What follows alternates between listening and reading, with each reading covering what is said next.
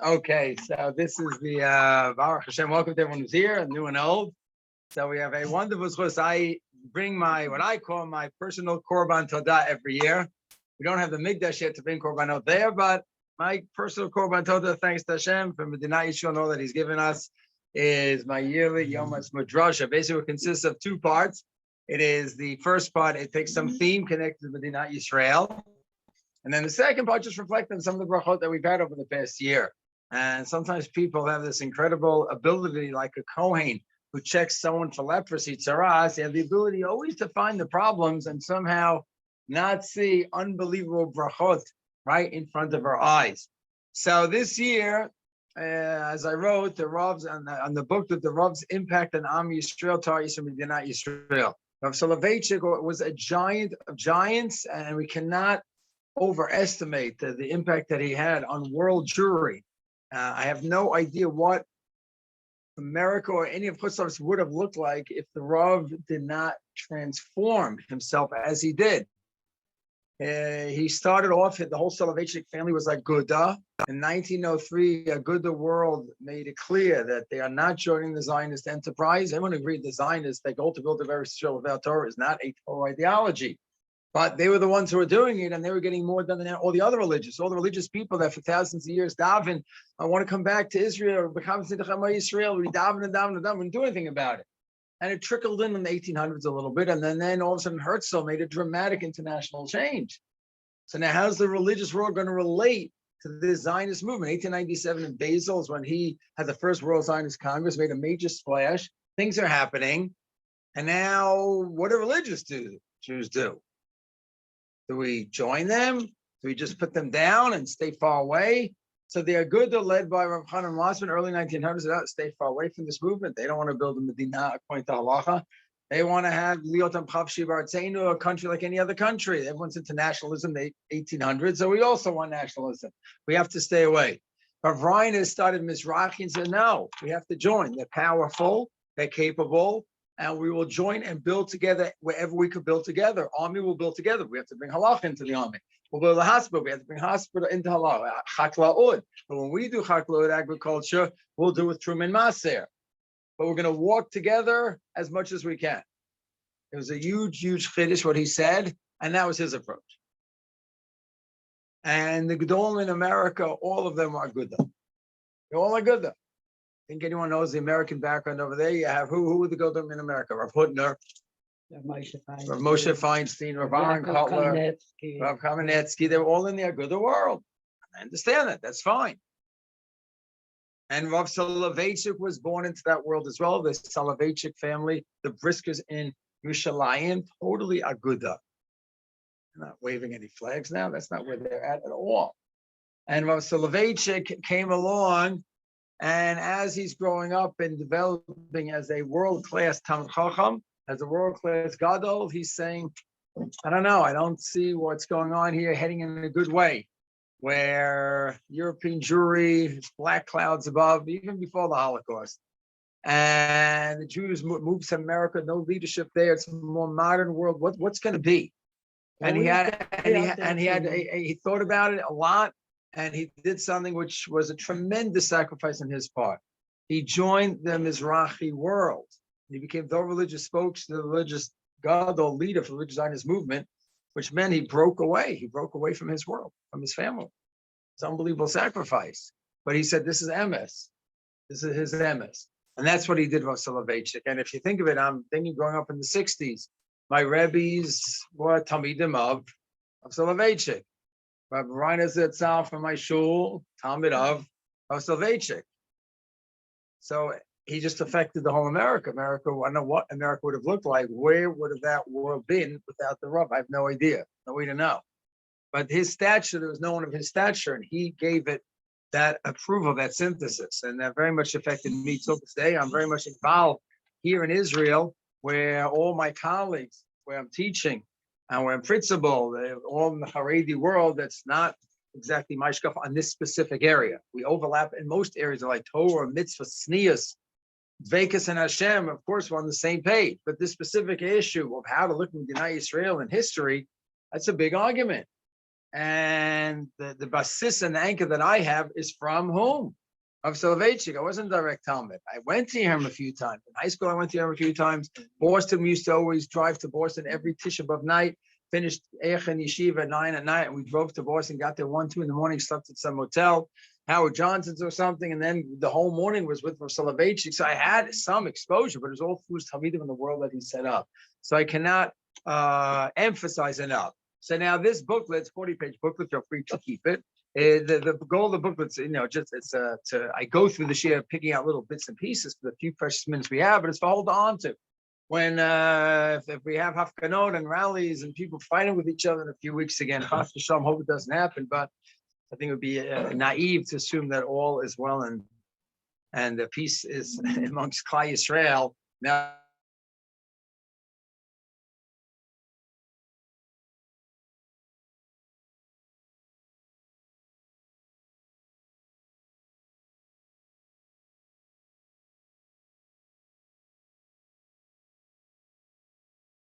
you see the television,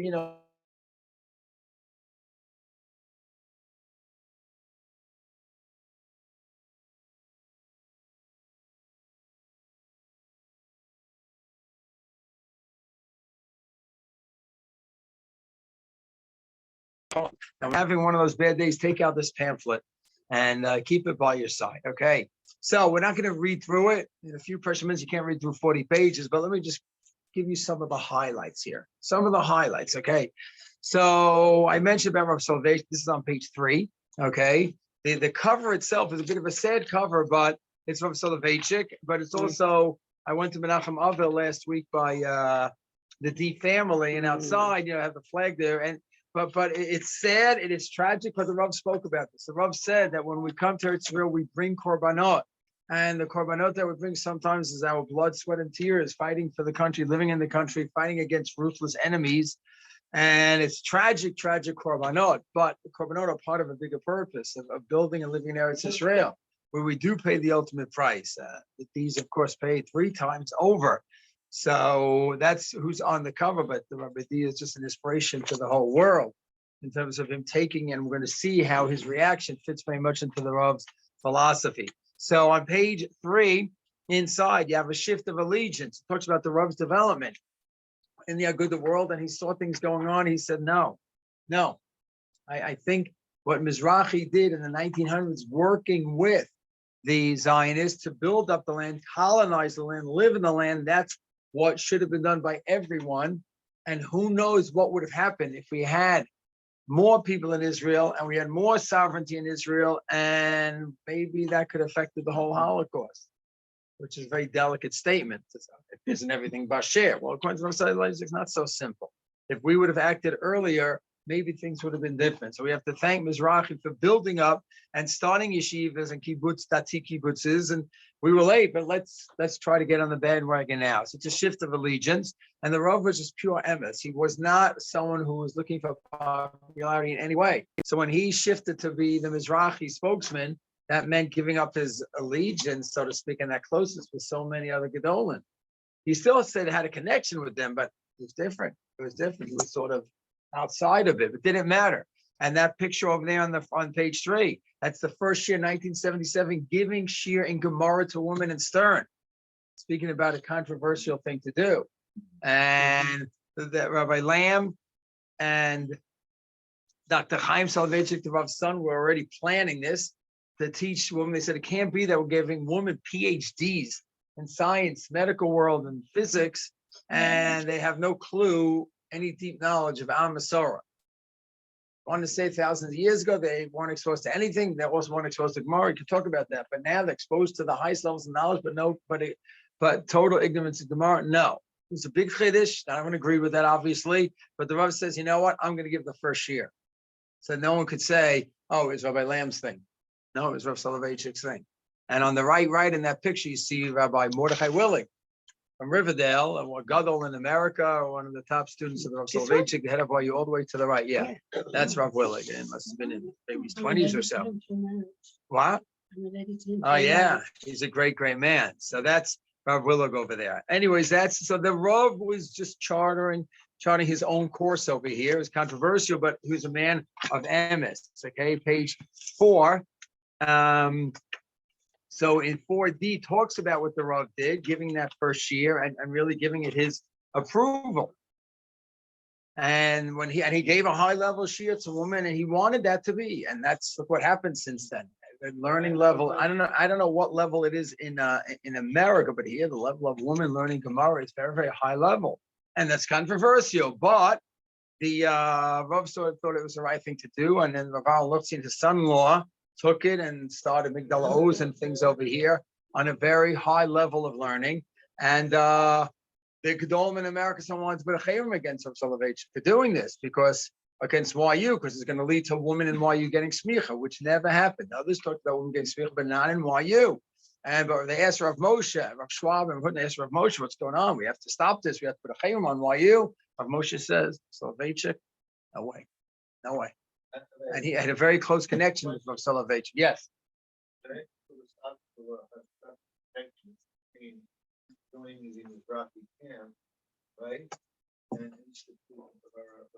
Excellent question. Are they connected? And continuing with that thought, because what are the unique aspects of Rav Soloveitchik? You had the religious Zionists, and he joined that, teaching Gemara, and being the head of YU, Yeshiva University. That itself is a fella. Yeshiva University. Can you imagine Lakewood University? No. Rav Color would not have such a thing. So the idea of having that. So I think it was a certain way of how he looked at reality and how to react to the new reality that we are not in Kansas anymore, and we are not in Europe anymore. And that this reality that we had for generations, it's not continuing. That affects in terms of the support of Israel. The idea that just going ahead and continuing farming like my father did, my grandfather, my great-grandfather did, that's a new reality in America, how to make a parnasa. And therefore we need to have an education, MADA, to go ahead. And minimally to have some kind of proper training. Then woman learning. Well, 1,000 years ago, women learn anything. Now they're learning the highest level things. So I think it's the way he looked at reality and adapting, not changing halacha, chas v'shalom, not changing halacha. But seeing the ability within the halachic world to adapt with changes. It's very, very, very delicate, because some people try to adapt and they throw halacha away. Chas v'shalom. Solomon Schechter. I'm sorry, I'm in a class. Solomon Schechter, he had this idea, no mechitza in shuls in America 100 years ago, minhag America. So that was just changing halacha. You need to be a master to keep the halacha, but deal with new reality. It's very, very delicate. There was always machlokes, Hillel and Shammai. Always. Between the Gedolim. Correct. And that is correct. Sometimes you have machzos. So the Gedolim in America were able to have machlokes. Rav Moshe, the Rav Soloveitchik, and Rav Kotler, they're all very close to. Despite their arguments they had, they kept the close connection, and that is the idea. That is the ideal. I'm very proud in my shul that we have on the walls of the shul on the outside when you first come in the hallway. We have pictures of all different gedolim. Satmar Rebbe is up there as well, even though his hashkafa on Medinat Yisrael is totally foreign to all of us in the shul. The Satan created the state, like what? But he was a giant of a man, a great tzaddik, a Talmid Chacham, and we argue at that point for sure. My husband was a Talmud of a Baron Kuplis for years, a Talmud Mufak of him. He used to go to hear a Baron. Exactly. So that's how it's supposed to be. Yes. There's a whole petition now circulating around Stern College and around the alumni AE, women alumni of Stern, because Rav Khan, Alav Shalom, passed away in January. He used to teach the Gemara shiur to women, the elementary shiur, the intermediate shiur, and the high shiur. And after he was nifter in January, they did not have a replacement, and they canceled the Gemara. And now throughout all the social media, they're trying to bring it back. Petition is circulating. Very interesting. Very interesting. And all these women who went to Stern and went on to be leaders of the women community from community, they're all signing this petition. Hundreds and hundreds of names. Wow, it's very interesting. Yes, that's all goes back to the Rav. So there's all connected. That was the Rav. There's not a lot of times. I'm just going to try to move along here. Okay. So there's so that was the Rav. Just give an idea. Major areas he had breakthroughs in, controversial ones, but he felt that was needed. He was in a total allegiance to the halacha and to the Masorah, totally, but he felt the areas in terms of women learning, in terms of Yeshiva University, in terms of religious Zionism, that it is a different reality and we need to react to it differently. Okay. Now, on the bottom of page 5, there's a concept called Chadash Asa Min HaTorah. Chadash Asa Min HaTorah means you can't do new things, but new is very tricky. What does new mean? What does new mean? To take a halach that's open in the Shulchan Aruch and throw it out, chas v'shalom, that's Chadash Asa Min HaTorah. You can't do new things. Are you breaking halacha? But what about when you have new realities and taking the Torah principles and applying it to that reality? It may look, but we didn't do this, and we didn't have yeshiva and secular studies. That's true. Not because it's us, or just maybe it wasn't needed, but there's a new reality. And now there's a new reality in Europe and Israel. We have the opportunity to build it up. Wait a second, building up Israel, that's a big mitzvah. Yeah, we didn't do that for hundreds of years. Okay, that's because it was us, sir? No, because we were negligent, whatever reason. But now the time has come. So it's just a different way to look at things, okay? And you have page 6, just a picture of the Rav Soloveitchik with Lubavitch Rebbe. They had a very nice relationship. Right. And he had that with the Gedolim in America. He had that. Now, in page 7, it talks about Rav Soloveitchik. He's his famous lecture, which was actually part of the curriculum here in Israel. The children had to learn, I don't know if they still do, but it was part of the curriculum in Israel, Kol Dodi Dofei, to learn the Rav's essay, Kol Dodi Dofei. And Kol Dodi Dofei is what? Where God is knocking. The voice of my beloved is knocking at the door. And Shir Shiva says there's a parable of someone knocking in the door, waiting, and the person in the room just doesn't answer. He's not hearing it. Yeah, separate. That's one, and then Kol Dofei is another one. So he says God knocks over here in 1948. It was 6 knocks. 6 knocks. So we'll go through what are the 6 knocks. And he says when God knocks, you go ahead and you answer. And God forbid, chas v'shalom, that God knocks and you don't hear him knocking and you don't respond. Hear him knocking, see him knocking, you hear it, you see it, and then you have to respond. And a beautiful pshat that I say every year over, it means let us see when you return to Zion. So the simple pshat people say means that we hope we're here during the time of the redemption. That is one way to look at it. One of the Talmid, I think it was the Nazir of Rav Kook said, not just that we want to be here in 2023, Tafshin Pei Gimel. We hope that we behold and perceive what's going on. We see the redemption. So many people could go ahead and come here and just see, oh, there's all the red tape that's here. Oh, you have all these crazy Hafganot against each other. Oh, in Ramat Bet, I couldn't get through because of the Hafganah over who knows what. That's all you see. You don't see the 7 million Jews here. You don't see there's more learning, more yeshivas here than anywhere in the world, anywhere in more than in history. You don't see that we've come from Kibbutz Galil, from all the corners of the world, exactly like the prophet said. You don't see any of that. So please, let me open my eyes. Let me perceive what's going on. And chas v'shalom, that we should be kfui tov ingrates and not see what God has done for us, and that we're part of it. So the Rosh Hashanah pointed to 6 knocks. Here they are. This is on page 9. First, the knock was heard in the political arena. This is not page 9N. Okay, from the point of international relations, no one denied the rebirth state of Israel in a political sense was an almost supernatural occurrence. Both Russia and the Western nations support the establishment of the state of Israel. Perhaps one resolution, East and West, occurred. I am inclined to believe the United Nations was specially created for this end, for fulfilling the divine providence. It appears to me that one cannot point to any other concrete accomplishment on the part of the UN. This is 70 years later, I think, yes, that certainly goes. The only concrete accomplishment we talk about is that they've managed to have more UN condemnations against Israel than all other countries combined. That's a very concrete accomplishment. Risha'im Gemurim. And he says the only thing they've done is that they somehow allowed us to have the state. It was God who was the one who was running that meeting. Oh, second, the Naktiv blow was heard on the battlefield. Rabim Ma'ad Ma'atim. Same thing as Hanukkah, where the mighty in the hands of the few. Where all the 5 armies around us say, no, you declare the state, we're going to attack. Of course, our good friends in America said, don't declare the state. We didn't do it then, it never would have happened. It never would have been a good time. Ben Gurion, somehow they all got together and agreed, which itself is a miracle that they all agreed to do such a thing. Not just the Jews, not just being cynical about Jews agreeing, to agree on such a thing. Well, you know you're going to go ahead and have war and somehow hope you can defend yourself. It's unbelievable. That was the battlefield. Then you have P. Is third, beloved began to knock on the door of the tent of theology. He said the Christian theology pretty much wiped the Jews out. We lost our status as the chosen people. They're the chosen people, and we have no connection to Israel anymore. And all of a sudden, we are the sovereign rulers of Israel.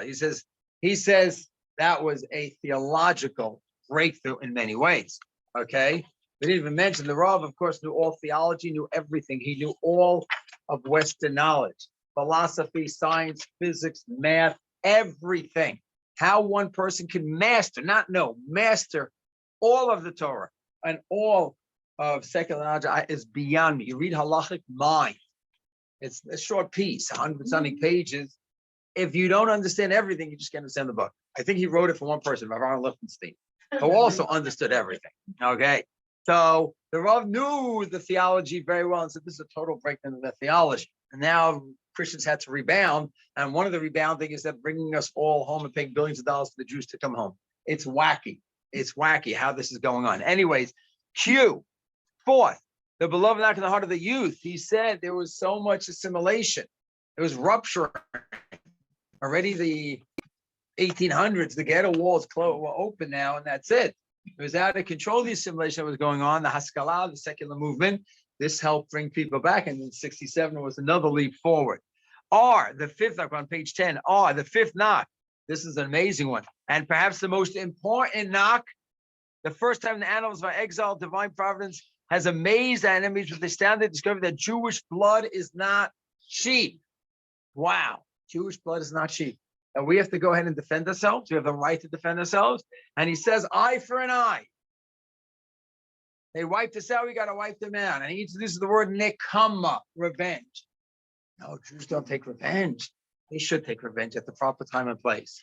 You went ahead and yesterday you wanted to borrow your friend's pot and they didn't let you. Oh, I'm not going to let you do that to me today. I'm not going to let you my pot. That's nekama. Our enemies destroy us. Wipe them out. Nekama. That's an amazing, amazing thing. And of course, we need to learn how to do that here in Medinat Yisrael. Mm-hmm. Oh, the outrage of the Jews 2 months ago. It's, oh my gosh. The people were more upset when the Jews went ahead and ransacked Huwara a few months ago when they killed 2 of our precious Jews and they're celebrating the streets. And then a whole bunch of people went ahead and ransacked the town. There's, I think, more Rahmanis for the poor people of Huwara because their cars and the things, buildings were burnt than the 2 people that were killed. It's like, what is going on here? Now, what should be done to them is a good question. We're going to talk about that during the whole concept of Ger Toshim and who does have a right to be in Israel, who doesn't. Not for now. But the idea of wiping out our enemies, I'm saying they should have been wiped out, not wiped out. I'm not talking about that detail.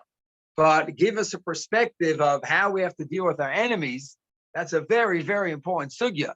And that's, he says, that was introduced to the world. After 2,000 years just being slaughtered. No, we don't just get slaughtered. What's the next step? And how do we deal with all this? That's another shir, another series of shirim. Finally, the 6th beckoning, the time opening the gates of the land of Israel. The first thing that Israel set up was the law of return. For 1,000 years, you're being exiled from any place that you are in the Holocaust, and everyone closes up their shores. No room for you to get in. Here, the Jews finally have a home to get in. He says those were the 6 knocks. And what do you have to do with the 6 knocks? What we should have done was all come to Israel, populate the country, populate the Negev, and then it's going to be less easy, less hard, less, you're not going to just be able to bargain it away. Enemy's going to realize, oh, we have real plants, real roots over there. He said, we didn't do that enough, but we need to go ahead and have Kenyan over here and live here and dwell and populate the area. It's amazing the Rav could say that because it's not easy for rabbis and chutzlars to preach what? To come to Israel because, why you? Oh, I have to be there because you're here. It's a very delicate position, and many rabbis just avoid the whole thing. I understand it's an uncomfortable position. But he spoke about it. We have to go, we have to populate. So it's amazing. So those are the 6 acts. That's really a crucial part of his whole philosophy, that he was able to hear it. But how was he able to hear those 6 acts? I think because he already opened up himself decades earlier to the idea of working with the from the irreligious Zionists. And then if you have the possibility of working together, you might be able to see the brachos a lot clearer. If you hold the position, you can't work with these evil Zionists. Nothing good could come from them. God would never use them as a messenger for good. Then you're only going to see bad. That's all you're going to see. You're not going to see bracha after bracha after bracha. But because he changed his philosophy and said, we're going to work with them, God sent them as messages. We have to join with them. Wow. Then you could see the fruits of the labor. You're not going to be blind. But they didn't let us in. They didn't let us in. They didn't let The Jews didn't let us in. Who? What before we had the The British. That's exactly his point. That's the point. Those were the white You papers can't that rely did it. on Gentiles. That's exactly the point. You can't rely on the Gentiles. So that is the Rav. There's a lot of details over here. And he says on page 12, he says, it's amazing how we complain. Israel's not religious. These leaders not religious. Well, yeah, they go ahead in the whole 1800s, they built up the state. People who are not religious built up the state. And you go, oh, they're not religious. They built up the state that's not religious. Well, they did it. You didn't. All you did was, Hashem, I want to come back. I want to come back. I want to come back. As you're building your beautiful homes in the 5 towns and the tri-state area and England and Golders Green and South Africa. And you're doing all this great. I want to be home. I want to be home. And in Persia and wherever you are. And then you complain about the people who built it. Hey, it's not a from state. What? You crazy? You crazy? You did nothing about it.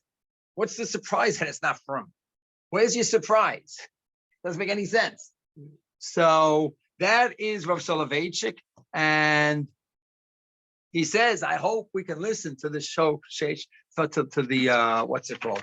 To the knocks that God is having over here on page 14. So he talks about, and this is crucial, on page Chidush Bitachon, this is a major part of the Rav's philosophy. Major is about Bitachon. What does Bitachon mean? Does Bitachon simply mean, I'm going to be from, keep the mitzvos, and I have Bitachon, confidence God's going to take care of me. So I'm doing the mitzvos. Or it does Bitachon mean I have to plan. I have to have a rational plan in any area, economic, military, health, building my nation up. I have to have a plan. And then when I have a plan, I have Bitachon. Hashem, I did everything that's rationally possible. I hope you bless, because if you don't bless my plan, it's not going to work. I could jog, I could get healthy, but if, you're deciding I'm going to get a heart attack, there's nothing I can do. So I ask you to bless me, okay, and not be struck by lightning, because it doesn't matter if I'm marathon, triathlon shape by lightning strikes and I'm dead. So I do ask you to bless my plans, okay? But you have to have real plans. That was an amazing switch that the Rav made, because that, as Yisrael asked, it's all part of one philosophy. It's all part of one philosophy. And he says, I see the group that has real rational plans. Mizrahi, 1903, 1902, Rav Rines, where he said, we're going to work together. That's a plan. That's a plan of success, where we're going to be it's very delicate. Working with non-from people, they're going to want this kind of army, that, okay, it's going to be delicate. And it's going to be very challenging. It's always easy to just go far away to an extreme. Have nothing to do with them, but it's not a plan. It's just waiting for disaster to hit, which is exactly what happened. Disaster certainly did hit in Europe. So he says then he says on page 15 that there are korbanot that we bring. This is in the Mizrahi address. He had throughout 5 years in the 60s. 5 years in the 60s had the Mizrahi. He had the Mizrahi addresses in the 5 years in the 1960s when he was head of Mizrahi, and one of the addresses was we bring korbanot. And some of the korbanot, of course, is the loneliness. So we've been there, the rest of the Torah world looks down upon us. That was him. He experienced that. He was Yosef. He compares himself to Yosef of biblical times, but Yosef was totally alone. Yosef said, we're going to have a new reality, guys. You think everything's going to stay the same here in Israel? No. And they don't want to hear his dreams. But that's how he interprets the dreams. And he was a Yosef of 1900s, looking back at the Yosef then. Another korban is the deaths that we're going to have building up the land of Israel. And that's, of course, so many losses, just dozens in the last few months. It's horrible. And the D family, but the D family represents two things. A represents the korbanos. They brought 3 korbanos.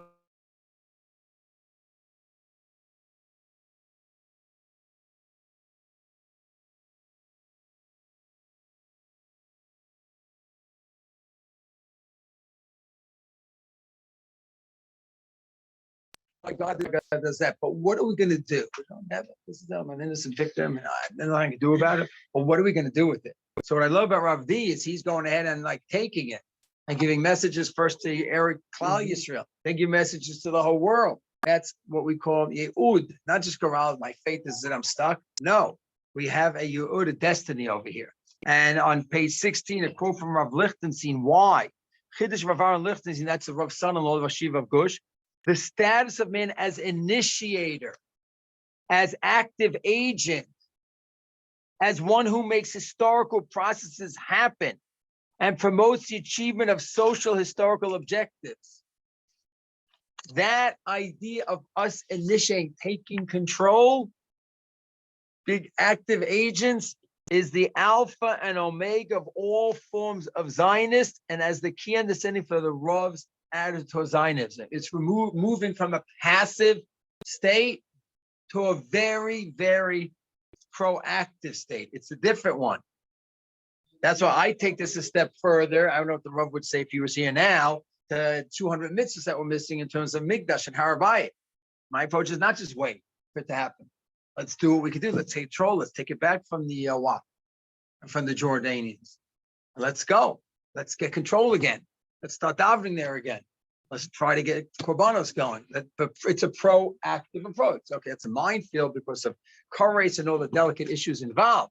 But it's the approach is the same idea of being proactive. So that's the Rav. And he said we had before the Holocaust was Hester Panim, God, everything just hell broke loose. And we have Medinat Yisrael, we lost, it's gone, the Hester Panim, God is just gone, so to speak. And yes, there are korbanos, and that's Midas Adin. It's not where God's just totally gone, Hester Panim. And he says in 17b that having the Medinat Yisrael is a Kiddush Hashem. You'll have other rabbis who say that conquering Israel and establishing a non-firm state by Ben Gurion was a Chilul Hashem, but the Rav says absolutely not. It's a Kiddush Hashem. After being destroyed for 2,000 years, we come back to the world.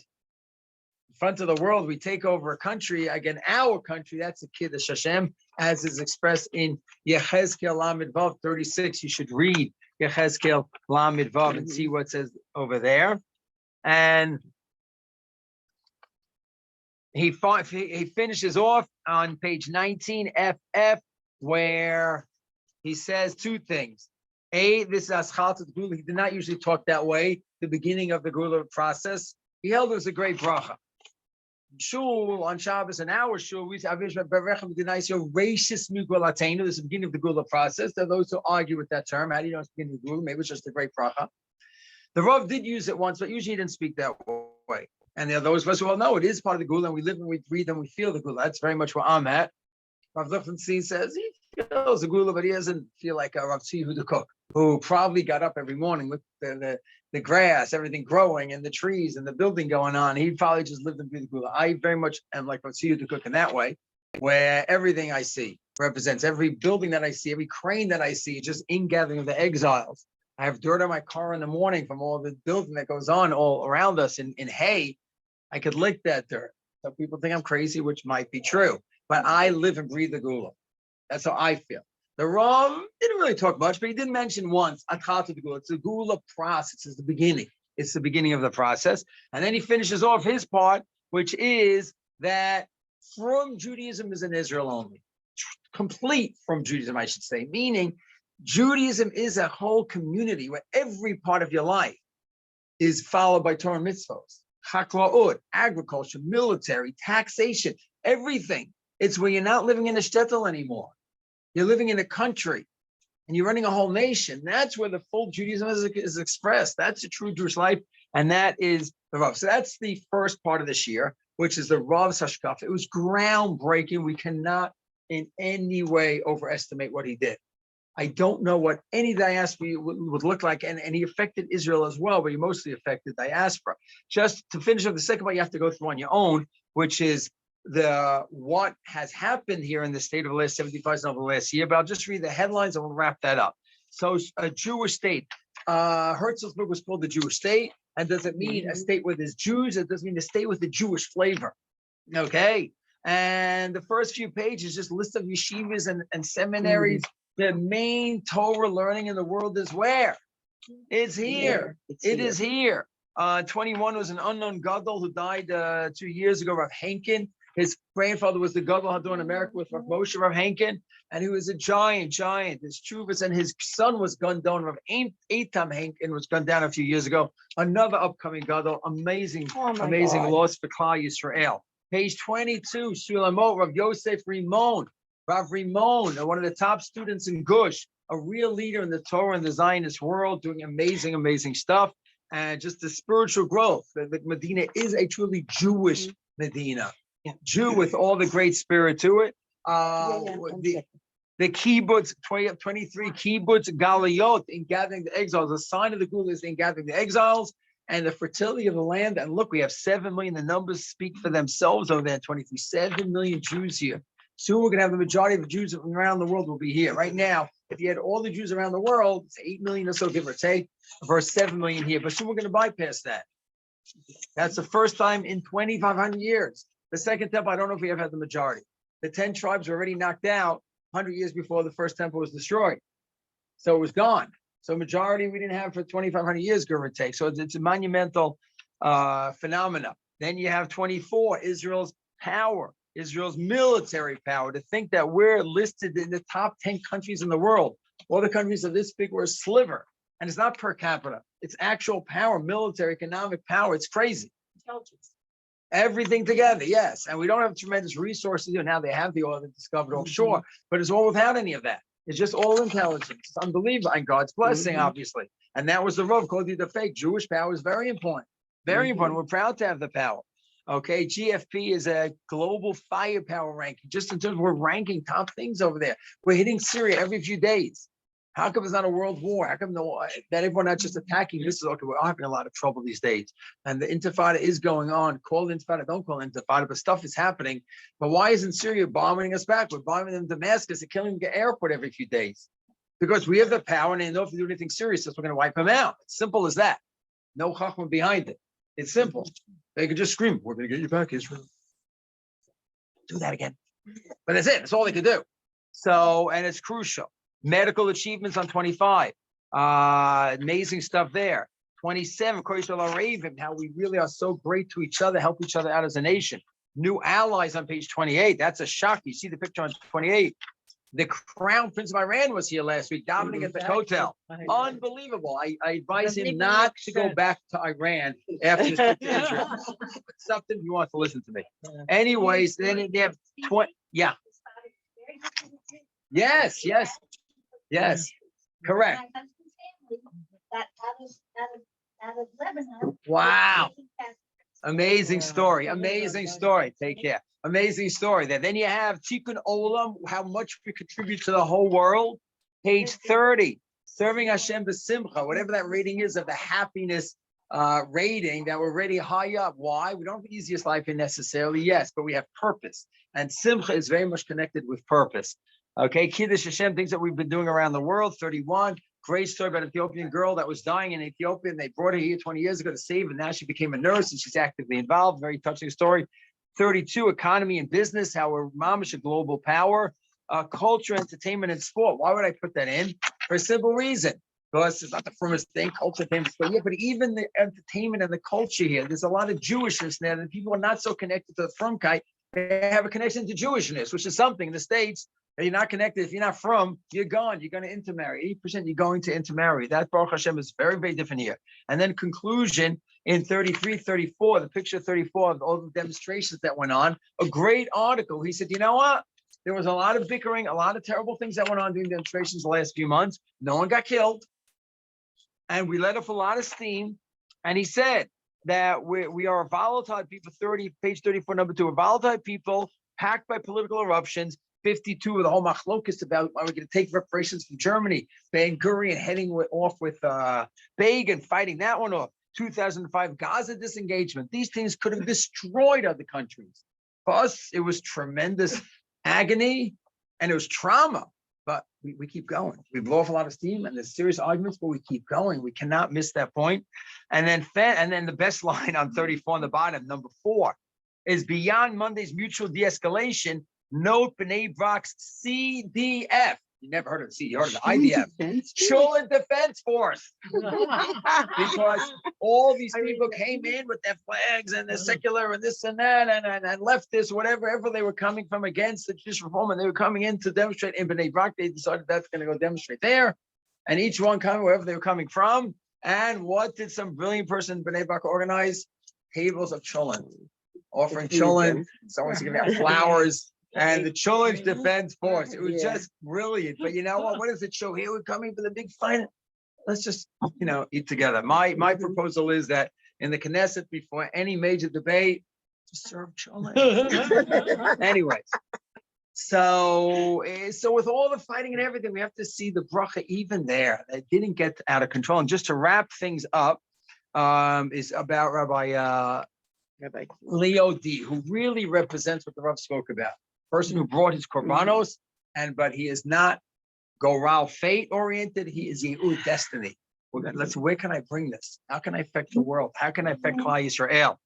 And he spoke on page 35. He's speaking about, everyone's looking, all the religions of the world are supposedly looking for peace and to teach shalom and love. Well, what is going on in the world? Let's call a spade, that there's no true values anymore and it's out of control. And look at the society that produces these terrorists. You're going to call this equal cycle of violence?